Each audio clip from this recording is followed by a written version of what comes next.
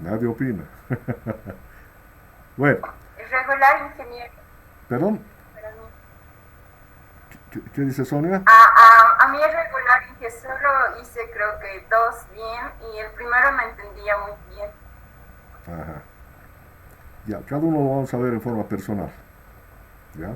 Porque van a tener sus respuestas. Bueno, voy a continuar con la materia. Eh, Antes voy a compartir.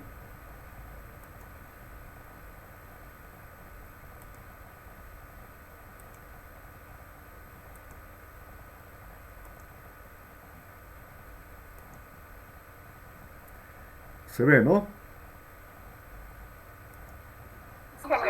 Ingeniero. Ya, hemos terminado lo que es flexión en dos materiales. Hemos aplicado a hormigón armado, ya.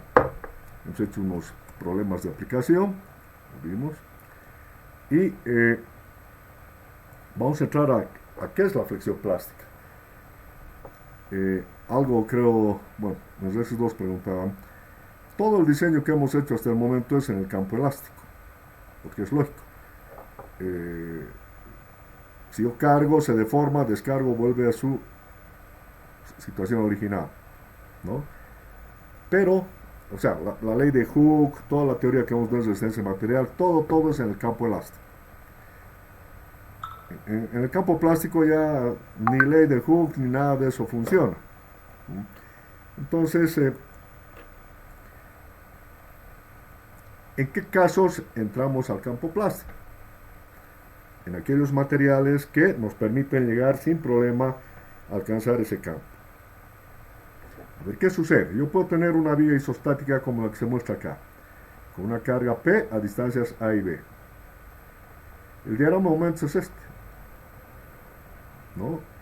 Este momento máximo a plomo de la carga va a ser esta reacción por A, y esta reacción es P por B. Entonces, P por B por la distancia A es el momento per a B dividido entre L, ¿no? Si ustedes encuentran el momento, primero las reacciones y luego el momento, este es mi momento máximo.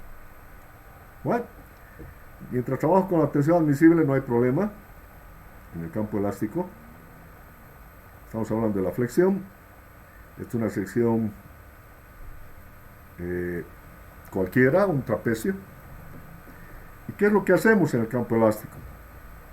Encontramos el centro de gravedad, por ahí hemos demostrado que pasa al eje neutro, por tanto tengo las distancias a la periferia B sub 1 y B sub 2, porque es a ese nivel arriba y a este nivel abajo que se van a dar las tensiones máximas.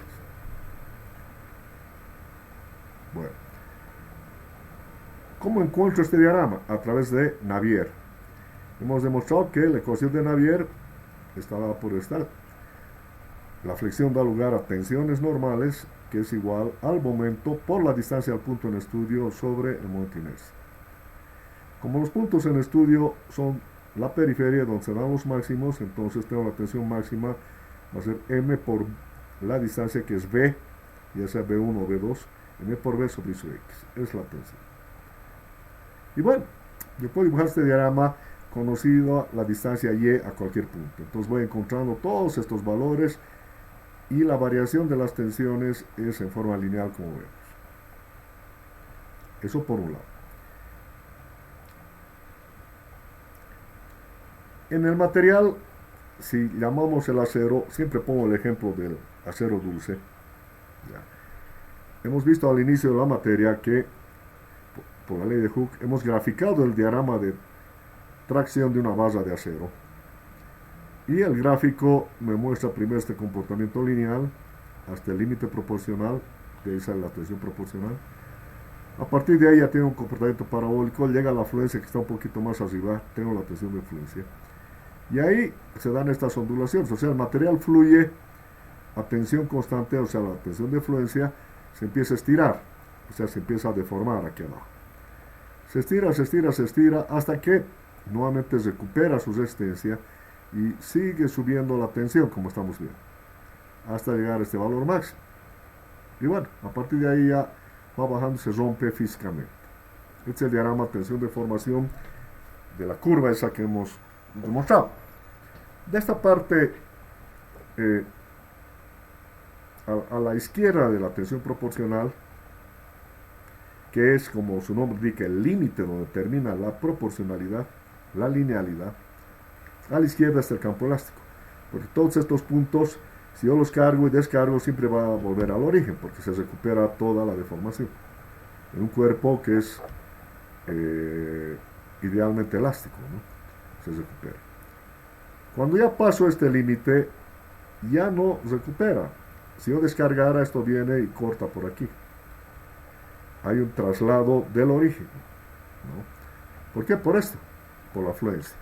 Y bueno, mientras más yo siga sometiendo a tensión, esté por acá, descargo, esto va a avanzar mucho más, ¿no? Esto va a venir así. Eso lo hemos visto en el comportamiento elastoplástico del acero. Bueno. Entonces, en este caso en el acero, llegamos al límite proporcional, ¿ya? Es decir, mi diseño yo hago para la tensión admisible. El diseño o el dimensionamiento de cualquier elemento es para esta tensión, el valor admisible. Pero sigo subiendo, aumentando la carga y sube subiendo la tensión, ¿ya? Y llega un momento en que esa tensión alcanza el valor proporcional o el límite proporcional y ahí termina la linealidad. Por encima de ese punto ya hemos visto estas ondulaciones. Entonces, aquí está el campo elástico a la izquierda y aquí está el campo elastoplástico. Porque todos estos puntos, todas estas tensiones van a tener un comportamiento elástico y plástico. Elástico porque parte se va a recuperar y plástico porque se va a quedar deformado. Bueno. Entonces, en los metales, al entrar al campo plástico es cuando alcanzamos la fluencia. ¿Por qué? Porque se dan estas grandes deformaciones. En el caso del hormigón armado, ¿cómo es el hormigón armado? Como hemos visto hace un rato. Hormigón y acero. El acero está embebido en el hormigón. Cuando el acero llega al límite proporcional y a la fluencia y empieza a fluir, o sea, pasamos al campo elástico, al campo elastoplástico, estamos por aquí, ese acero está fluyendo, se está deformando. El hormigón no acompaña al acero porque estamos hablando del hormigón armado. El acero cuando empieza a estirarse, ya, el hormigón no le puede acompañar, empieza a fisurarse. Y conforme voy estirando más, o sea, deformándose más, el hormigón se va abriendo cada vez más. Imagínense la vía de hormigón armado. Entonces, para nosotros aquí ya esto tiene un comportamiento plástico, porque efectivamente todo esto se empieza a deformar. Ya no podemos seguir avanzando hasta la rotura en el acero. ¿Por qué? Porque el hormigón no acompaña. El hormigón ya se empieza a fisurar cada vez más y ya no sirve esa estructura. No colapsa, pero empieza a mostrar agrietado, abierto. Entonces, para nosotros ya no podemos diseñar con esas grandes deformaciones. Entonces, el campo plástico es cuando alcanza la tensión de fluencia. ¿Por qué? Porque ahí hay grandes deformaciones y ya no vamos más allá. O sea, por aquí arriba, a estos otros valores de tensión ya no vamos. Bueno. Entonces, campo elástico, comportamiento lineal. Campo plástico, ya cuando alcanza la fluencia.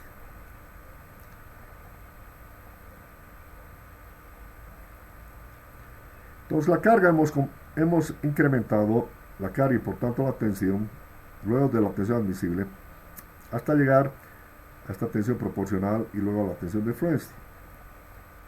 Aquí está. Insertamos la carga en el límite elástico. ¿Ya? La tensión, aparece la tensión proporcional que hemos visto y luego la tensión de fluencia. Y ahí se queda. Entonces, ¿qué pasa en esa viga de sección trapezoidal que hemos visto? Tenemos este diagrama de tensiones lineal dado por Navier, donde tenemos la tensión máxima y la tensión máxima prima, en función a la distancia B1 y B2. ¿Ya? Ahora, es esto. Tensión Bueno, el campo elástico, esta máxima llega a la tensión admisible. Tiene comportamiento lineal. Estamos en el campo elástico. Aquí, Navier, aplicamos sin ningún problema. Incrementamos la carga, como estamos viendo aquí, por lo tanto la tensión, y vamos subiendo desde la tensión admisible para una carga que me da la tensión admisible. Sigo cargando y por tanto sigue aumentando la tensión hasta llegar a la tensión proporcional. Cuando llego a la tensión proporcional, esta tensión máxima ha llegado al valor proporcional. Y un poquito más arriba, aquí está, es la tensión proporcional, un poquito más arriba está la tensión de fluencia. Y ahí me paro o se para. Y ahí está. Tensión proporcional que casi es igual a la tensión de fluencia. Como estamos en el límite elástico, ¿por qué el límite elástico? Porque efectivamente estamos en la tensión proporcional. Es el último punto del comportamiento elástico, porque a partir de ahí hacia más a la derecha ya tiene un comportamiento parabólico, todo esto. Es el último punto de comportamiento elástico. Como estamos pasando eso, hemos alcanzado la fluencia, la tensión proporcional prácticamente a la tensión de fluencia. Como estamos en el campo elástico, todavía en el límite elástico, sigue teniendo el comportamiento lineal, pero con otros valores de tensión frente a esto, ¿no? Aquí era la admisible, ahora estamos aquí, pero con un diagrama similar, lineal. Sigo incrementando la carga y se incrementa la tensión. Ya he llegado aquí, entonces empieza a deformarse. Se mantiene constante la fluencia, pero las deformaciones crecen. Entonces, aquí se para, ha alcanzado la fluencia, este punto, se para ahí este punto exterior, y los puntos interiores, todos estos puntos que son interiores hasta el eje neutro, van creciendo de este valor, que tenía un comportamiento lineal, crece máximo nuevamente hasta la fluencia. Igual este otro va a crecer. Entonces se convierte en un diagrama parabólico, como ustedes están viendo, donde poco a poco van creciendo las tensiones, estas tensiones, hasta llegar a la fluencia. Que por ejemplo no alcanzó ni el valor proporcional ni la fluencia, porque este otro punto alcanzó, sigue creciendo hasta llegar a la fluencia. Llega a la fluencia, ahí se mantiene. Y este otro punto empieza a crecer. ¿Por qué? Porque en este punto se dan las deformaciones. Está empezando a deformarse. Al final se convierte en este diagrama y este es el campo elastoplástico. ¿Por qué? Porque han alcanzado la fluencia y ahí se han parado las tensiones por la fluencia. Y los puntos interiores, todos estos empiezan a crecer hasta llegar a la fluencia, como vemos. Llegan a la fluencia a cada punto y se para ahí. ¿Por qué? Porque sigue deformándose sin que aumente la tensión, por eso la tensión es constante. Lo mismo en estos puntos, todos van llegando a la fluencia, lo mismo acá, la fluencia, este otro llega a la fluencia y se convierte en un diagrama rectangular, porque todos los puntos entran en fluencia, todos estos puntos, todos estos de aquí hacia allá, todos esos puntos entran en fluencia, como vemos aquí, y se convierte en un diagrama rectangular. Lo mismo aquí abajo. Todos estos puntos entran en fluencia y el diagrama es rectangular. Una vez que hemos alcanzado el diagrama rectangular, por encima y por debajo del eje neutro, hemos alcanzado el campo plástico. Se da el campo plástico cuando todos los puntos han entrado en fluencia, han alcanzado la fluencia. ¿Ven? En el campo plástico, todos los puntos intermedios alcanzan la fluencia. Y por eso se da este diagrama rectangular. Una vez que alcanza esto, bueno, ya todo el material, toda la sección, todos los puntos de arriba abajo han entrado en fluencia, se han estirado y aquí aparece una rótula plástica. Cuando entramos al campo plástico, aquí está, aparece una rótula plástica. ¿Y cuál es la tensión? ¿Cuál es esta tensión? Es la de fluencia. Va a ser similar a la de Navier.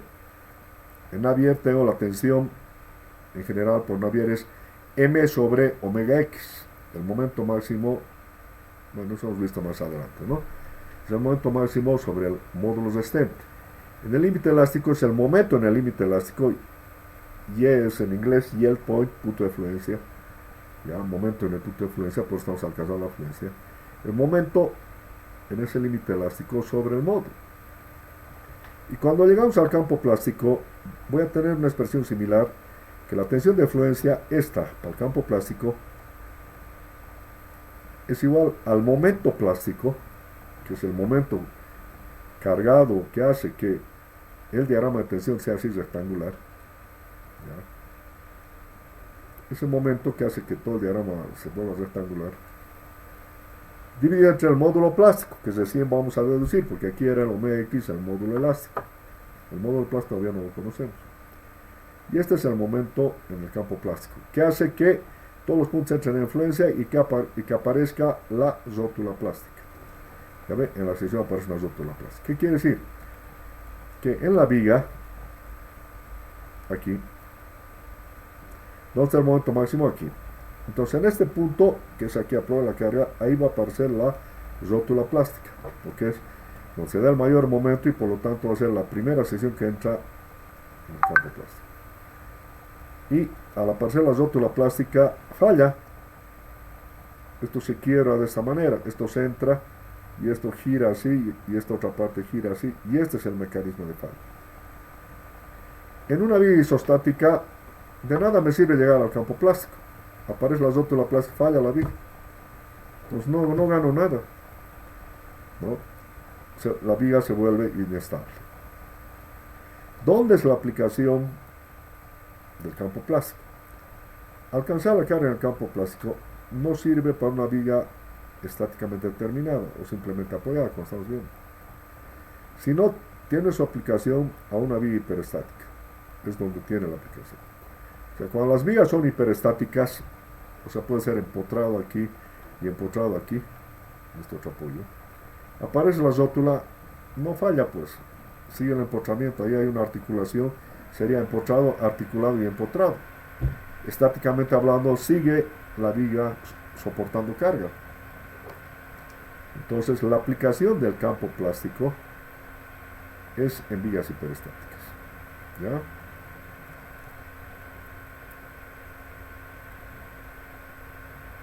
Eso vamos a terminar de ver en Resis 2. ¿Alguna pregunta? Tienen la palabra. ¿Se ha entendido?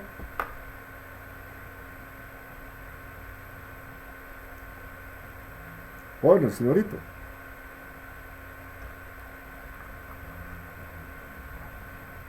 ¿Qué ha pasado? ¿Me han desaparecido?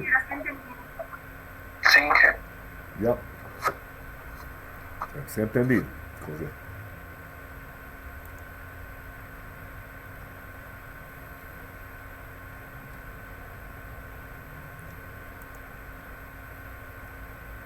Ya. Entonces, la aplicación de entrar en el campo plástico es en vigas hiperestáticas, que es cuando la viga, si es hiperestática y aparece la rótula, no se vuelve inestable. Bueno.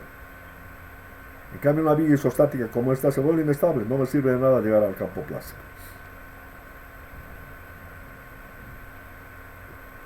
Vamos a continuar entonces. Vamos a hacer nuestro análisis. Ahora me voy a poner una sección rectangular como la que vemos, de dimensiones B y H. ¿Ya? Y está trabajando al momento plástico. ¿Por qué el momento plástico? Porque es el valor del momento que hace que esta sección, su diagrama de tensiones sea rectangular, como estamos viendo. ¿Cuánto vale la tensión? Arriba y abajo, la afluencia. Pues en el campo plástico, cuando ha alcanzado, todos los puntos han alcanzado la afluencia, el momento que hace que el diagrama sea así, ese es el momento plástico. Entonces, lo mismo que en la fricción elástica, aquí hay una fuerza resultante, como este momento es el actuante, momento positivo, en esta sección. Todo este diagrama de aquí es de compresión, porque me está comprimiendo las fibras de arriba, y toda esta parte inferior es de tracción, porque me está traccionando todas las fibras de abajo. ¿Dónde está actuando esas resultantes de compresión y de tracción? En el centro de gravedad de estos diagramas. Como esto es rectangular, a la mitad, ¿no? Ese rectángulo. Igual aquí esta otra parte rectangular, a la mitad del rectángulo está el centro de gravedad. Ahí están las resultantes de tracción y de compresión. Y el brazo de palanca o la distancia entre las dos resultantes, aquí falta una P, ZP, el brazo de palanca plástico, porque el Z solito es el brazo de palanca elástico. Bueno, aquí va a ser el brazo de palanca plástico.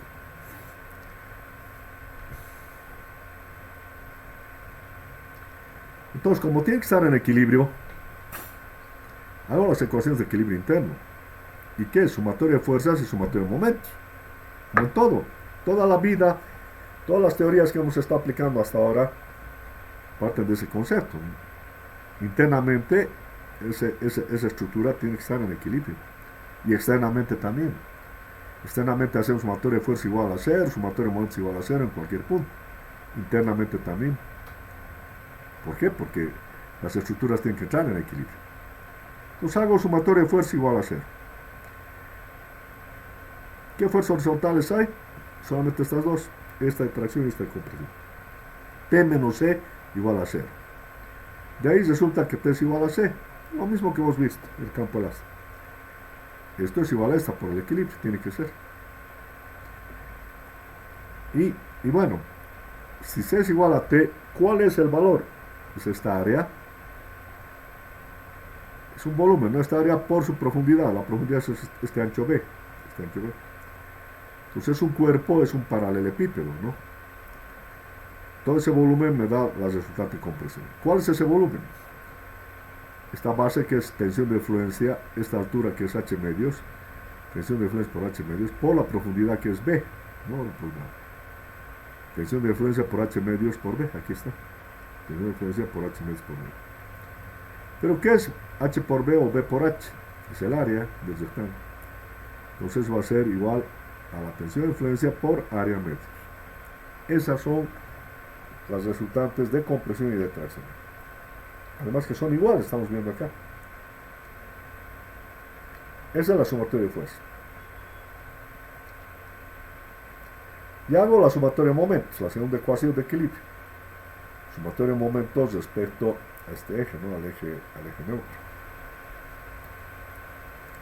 Va a ser el momento interno, que es T por Z o C por Z, porque estos dos son iguales. Es una cupla esto. Este momento interno menos el momento externo, porque estos son reaccionantes, este es actuante. Aquí está dibujado, bueno, como actuante. Pues la compresión va a tener otro sentido, va a generar una cupla en sentido contrario. Entonces va a ser C por ZP o T por ZP igual al momento exterior. Aquí está. T por ZP igual C por ZP igual al momento plástico, que es el momento que hace que esa sección entre en el campo plástico. Entonces esta ecuación 2 yo puedo reemplazar de la siguiente manera. T es igual a C, ambos por ZP igual al momento plástico. T y C es esto. Tensión de influencia por área media, aquí está. Multiplicado por ZP, está ahí, va a ser igual al momento plástico. Entonces de ahí saco el valor de la tensión de influencia o del momento plástico. En principio la tensión de influencia va a ser el momento plástico dividido entre todo esto. ¿Y esto que es? 0,5, un medio 0,5 del área por ZP. Y comparando con la expresión de la tensión, donde hemos dicho que la tensión en el campo plástico va a ser el momento plástico sobre el módulo plástico, estamos aplicando aquí la tensión en el campo plástico, que va a ser la defluencia, es el momento plástico sobre el módulo plástico. Comparando con esta expresión, este módulo plástico es lo que está en el denominador, porque el numerador sigue el momento plástico. De ahí concluyo que el módulo resistente plástico es 0,5 del área por ZP. Este es el módulo resistente plástico.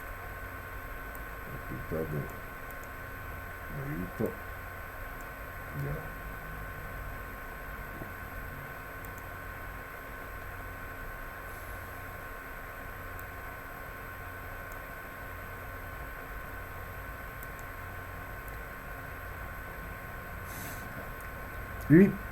Y bueno, ¿dónde está el eje neutro? Para que sean iguales, como vemos acá T y C, tiene que cortar por la mitad del área. Aquí está una mitad, aquí está la otra mitad. Por eso, al multiplicar por las tensiones, tanto C como T multiplicado por eso,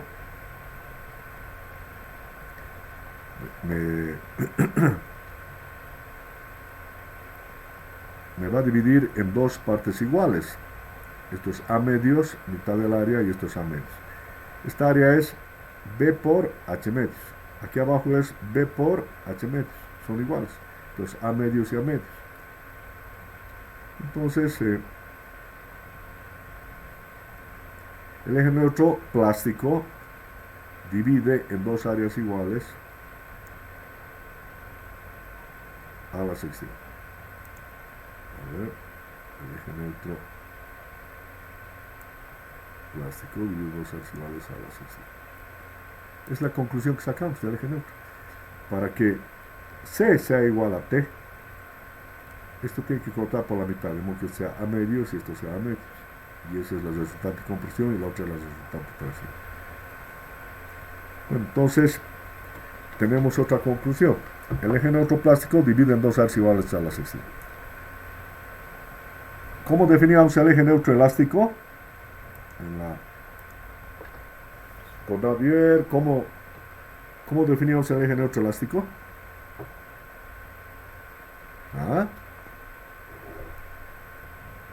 ¿Qué dice Sonia Mariela Álvarez? ¿Cómo defino el eje neutro elástico en la flexión? Sonia.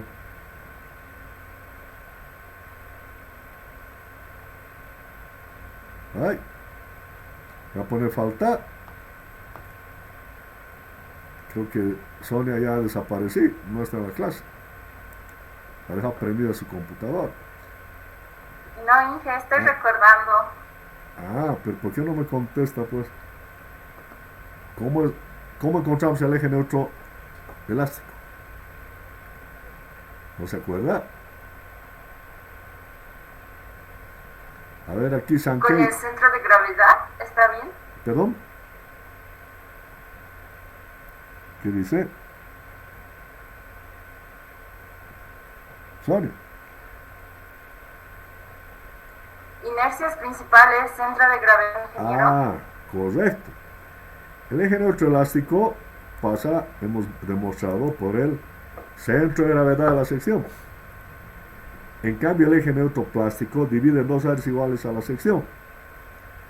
Aquí no hay problema. Este es el eje neutro plástico. Coincide con el eje neutro elástico, porque también ahí está el centro de gravedad. En figuras simétricas, coincide el eje neutro elástico con el eje neutro plástico. En cambio, en una figura simétrica como este trapecio, el eje neutro elástico pasa por el centro de gravedad y el eje neutro plástico va a pasar por otro lugar. Porque voy a pasar un eje que me divida en A medios y A medios.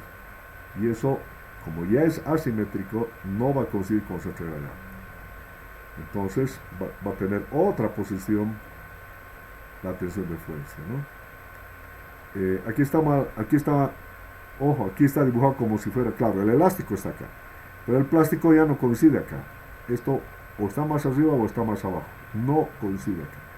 En el único caso que coincide es cuando la sección es simétrica, como es aquí, sí coincide el eje neutro elástico y el eje neutro plástico. Pero hay que tener bien claros los conceptos.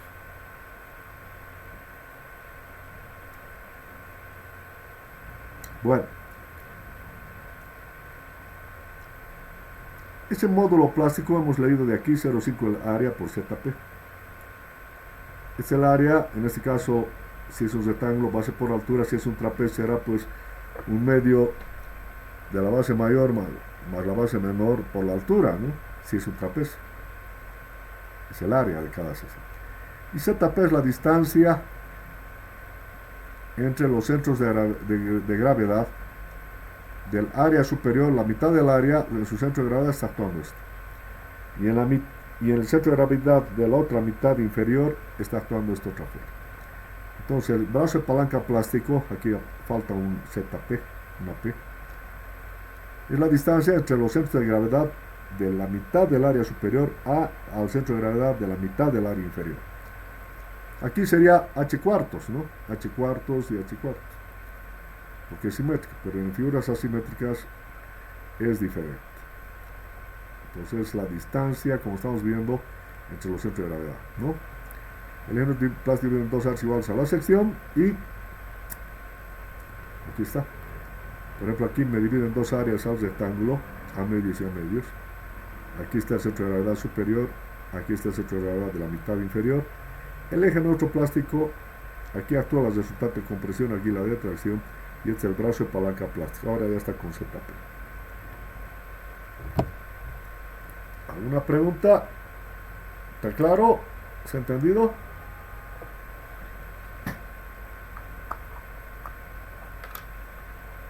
¿Oyes? ¿Qué ha pasado? ¿No quieren participar? Pues no muestran voluntad, yo también no voy a tener voluntad con ustedes.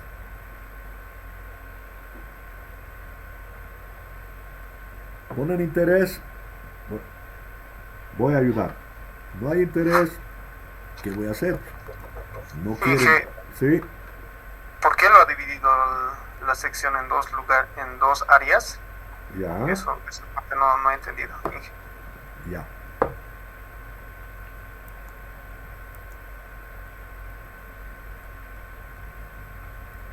En la primera ecuación, ¿dónde está?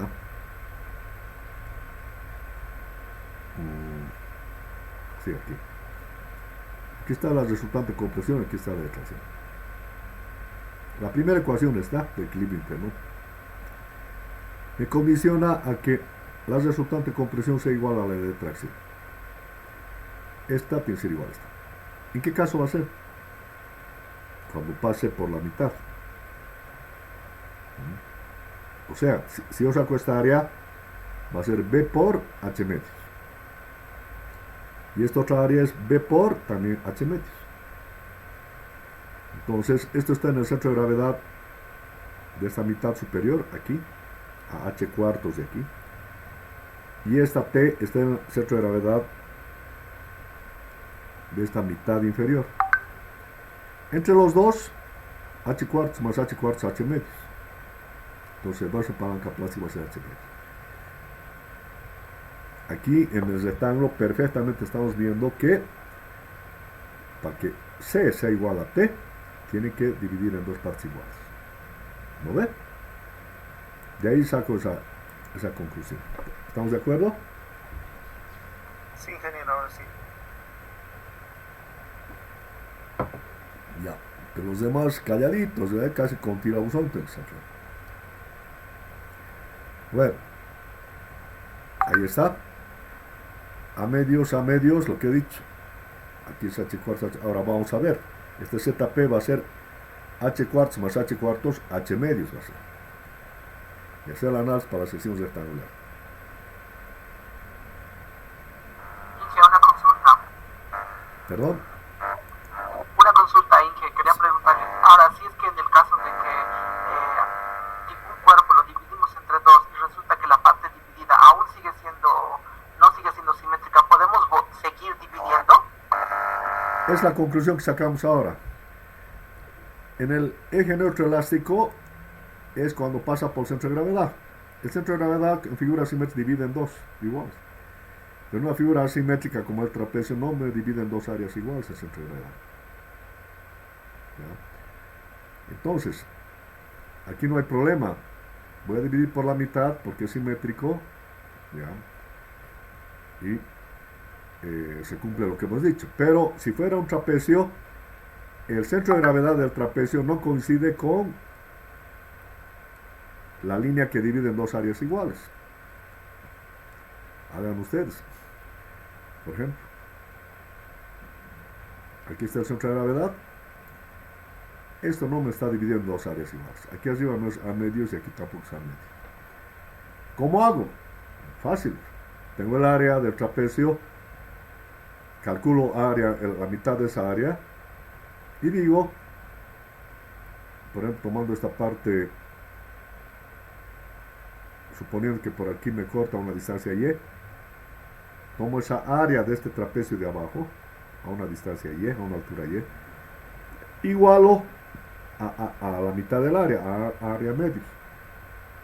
De ahí despejo el y voy a saber exactamente dónde pasa o dónde corta ese y, dónde pasa ese y que me divide en dos áreas iguales, este trapecio. Y cualquier figura que tenga, voy buscando la posición de ese y donde en función a que me divide en dos áreas iguales. Una ecuación sencilla, ¿no? A medios es igual al área, a la mitad del área, en función de ese y. Entonces, solamente en figuras simétricas como estas, coincide el eje neutroplástico con el eje neutroelástico. Pero en figuras asimétricas es diferente. Está desplazado el eje neutroplástico del eje neutroelástico. Entonces aquí en el rectángulo, como estamos viendo, aquí está la mitad. El centro de gravedad, como os he dicho, está h cuartos. Este otro centro de gravedad de la mitad inferior también está h cuartos. Por lo tanto, el brazo de palanca plástico va a ser 2 veces h cuartos, va a ser h medios. Ahí está el eje neutroplástico. Este es el diagrama de tensiones en el campo plástico, donde las tensiones son la fluencia. Ahí está, tensión de fluencia, momento plástico sobre el módulo plástico. ¿Cuál es el módulo plástico? 0,5 del área por ZP. ¿Cuánto vale ZP? La distancia entre los centros de gravedad, el centro de gravedad de la mitad del área superior al centro de gravedad de la mitad del área inferior. Aquí es fácil, pero en un trapecio, o en una sección canal o en cualquier otra figura compuesta ya no es lo mismo. Hay que calcular. Entonces, para el rectángulo, ese brazo de palanca plástico es h medios. ¿Ya? Es con minúsculo, Z. Entonces, el módulo plástico, esto, va a ser 0,5 del área del rectángulo, ¿no? Que es P por H, por ZP, que es H medios. Y aquí está, 0,5 del área, el área es base por altura, ZP, H medios. Tengo que el módulo plástico para el rectángulo es BH cuadrado cuartos. ¿Ya? Pues ahora sí puedo calcular ese brazo palanca y por tanto el módulo plástico, como hemos hecho. Ya sé que el ZP es H medios, por lo tanto mi módulo plástico va a ser BH cuadrado cuartos. Aquí está. Ese es el módulo plástico. Circular área por ZP, donde ZP es H medios, me da BH cuadrado cuartos. ¿Cuál era el módulo resistente elástico? En una sección rectangular. ¿Cuál es el módulo resistente elástico que hemos visto cuando hemos aplicado una vía para un rectángulo? ¿Cuál es el módulo elástico de un rectángulo? Si ves su base y h a la altura,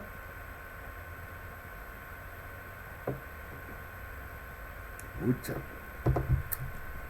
estoy viendo hartos cadáveres, ¿eh? No aprenden lo que se les enseña. ¿Cuál es el módulo elástico? Módulo resistente elástico de un rectángulo.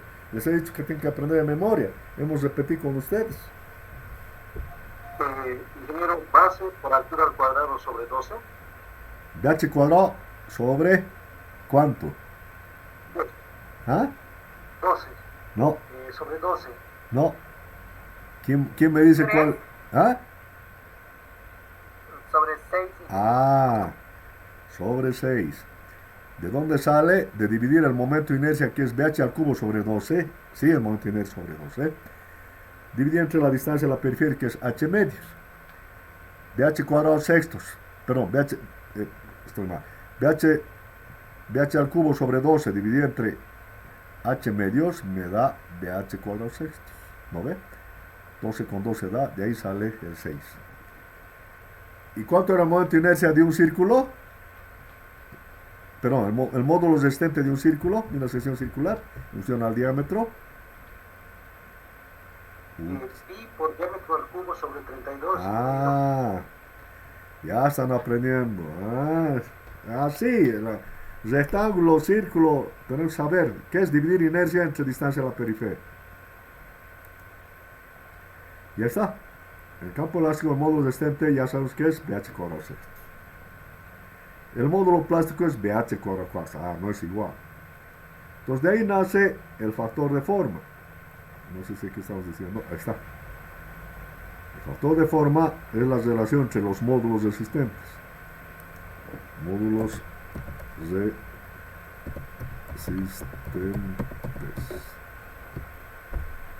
Entre el módulo plástico y el módulo elástico. ¿Y qué me dice ese factor de forma? Es el porcentaje de resistencia adicional de una sección desde el límite elástico al campo plástico. Al relacionar esto, sé qué resistencia adicional hay desde el límite elástico donde termina el campo elástico hasta el campo plástico. Entonces en el rectángulo es módulo plástico o módulo elástico BH cuadrado cuartos sobre BH cuadrado sextos. Eso es igual a, simplificando 3 metros. O sea, 1,5.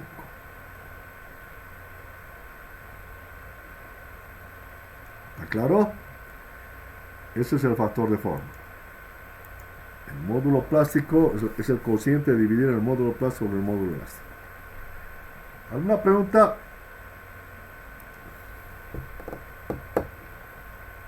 ¿Cómo es? ¿No hay preguntas?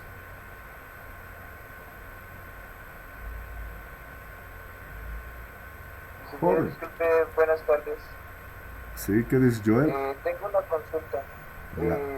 Y he leído sobre torsión que la mejor sección que podemos usar es la circular, porque la circular dice que es la que puede resistir mejor lo que son las tensiones y es la que se forma menos.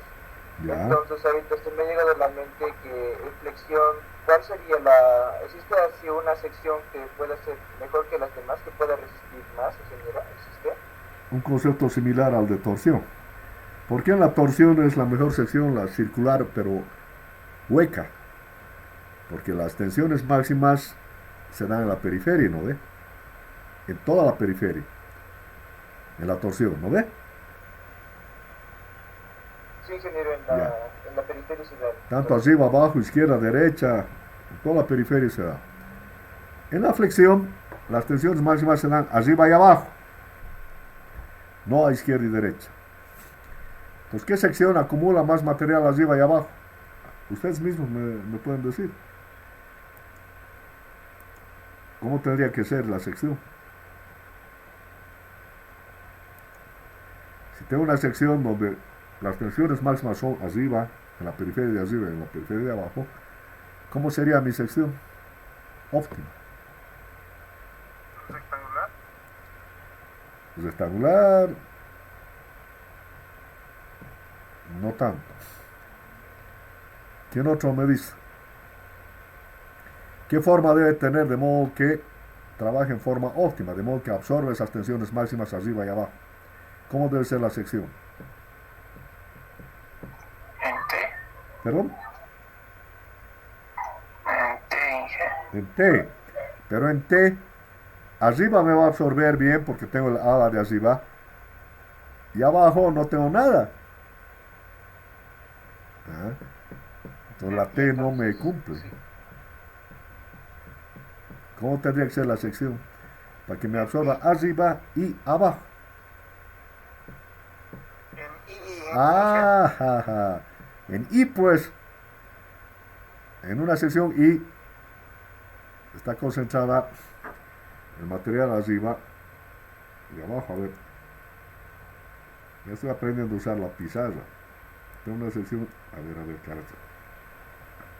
La borrar. A ver, una I, ahí está. Claro.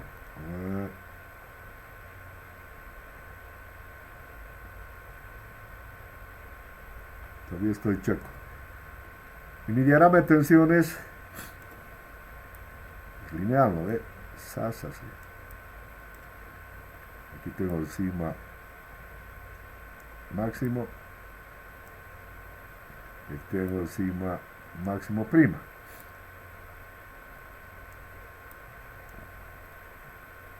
Esto y esto se concentra más aquí.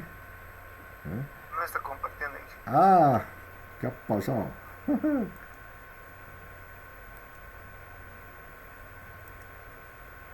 A ver, yo me voy rajando y ustedes no van mirando. Ahí está la pizarra. Igual ahí. El diagrama de tensión es lineal. Tensión máxima por Navier, tensión máxima prima. Si es simétrico es lo mismo, como en este caso. Entonces, hasta aquí.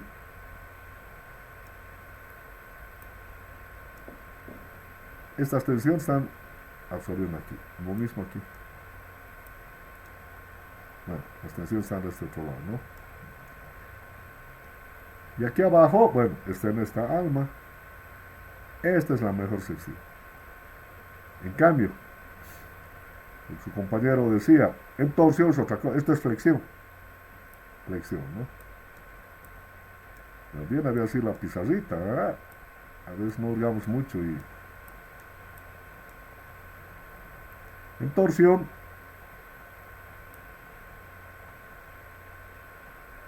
ya, más o menos mi círculo. O sea que aquí hay círculo.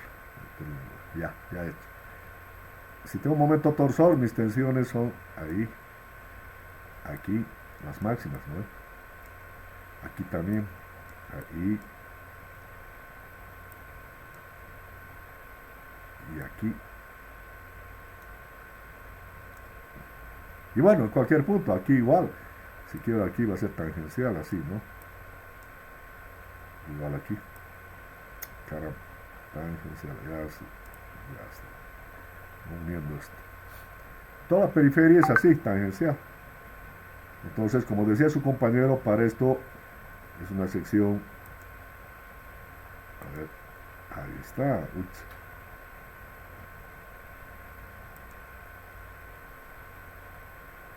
Y va a tener que ser una sección circular, ¿no? Bueno, anular.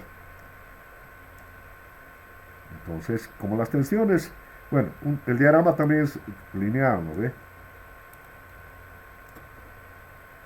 Pues como las tensiones están aquí, pues hasta ahí y hasta ahí, todos ellos, ¿no? Igual aquí, esto es lineal.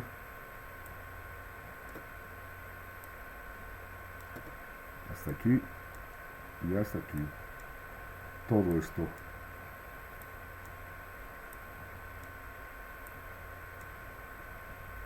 Ahí absorbe, ¿no? Porque es donde hay material, en el anillo, aquí, aquí, aquí y aquí.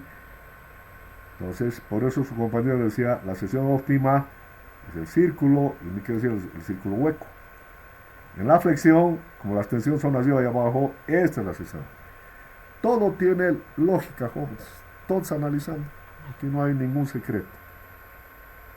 ¿No? ¿Está claro? Sí, ingeniero, muchas gracias.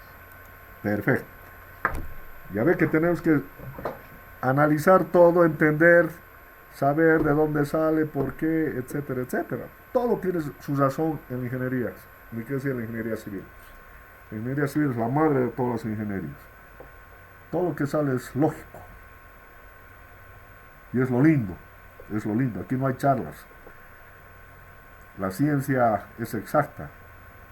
Aquí no hay quién da más o quién da menos. Aquí es la verdad. Y eso es lo que tenemos que aprender a ver la verdad, a leer, a calcular, a analizar. Porque si sé manejar eso, pues voy a hacer parar maravillas como ingeniero. Bueno, ¿alguna otra pregunta?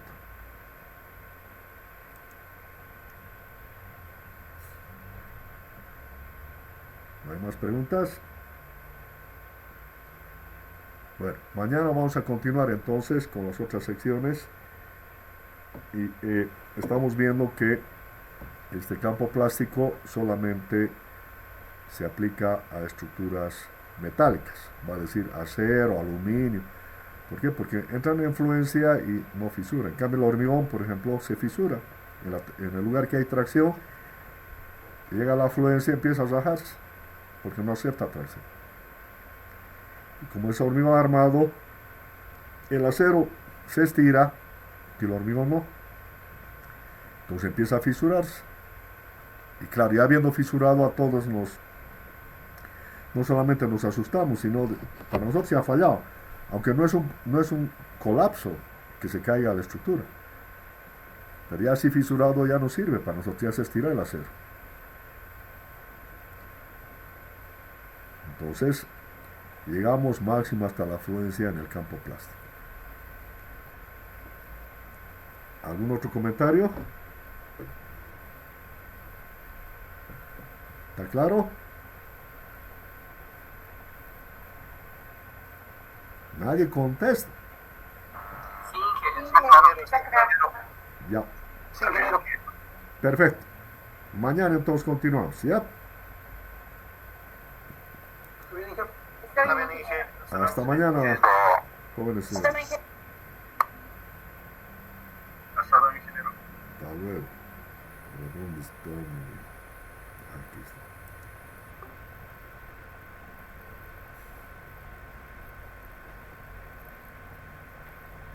Uy.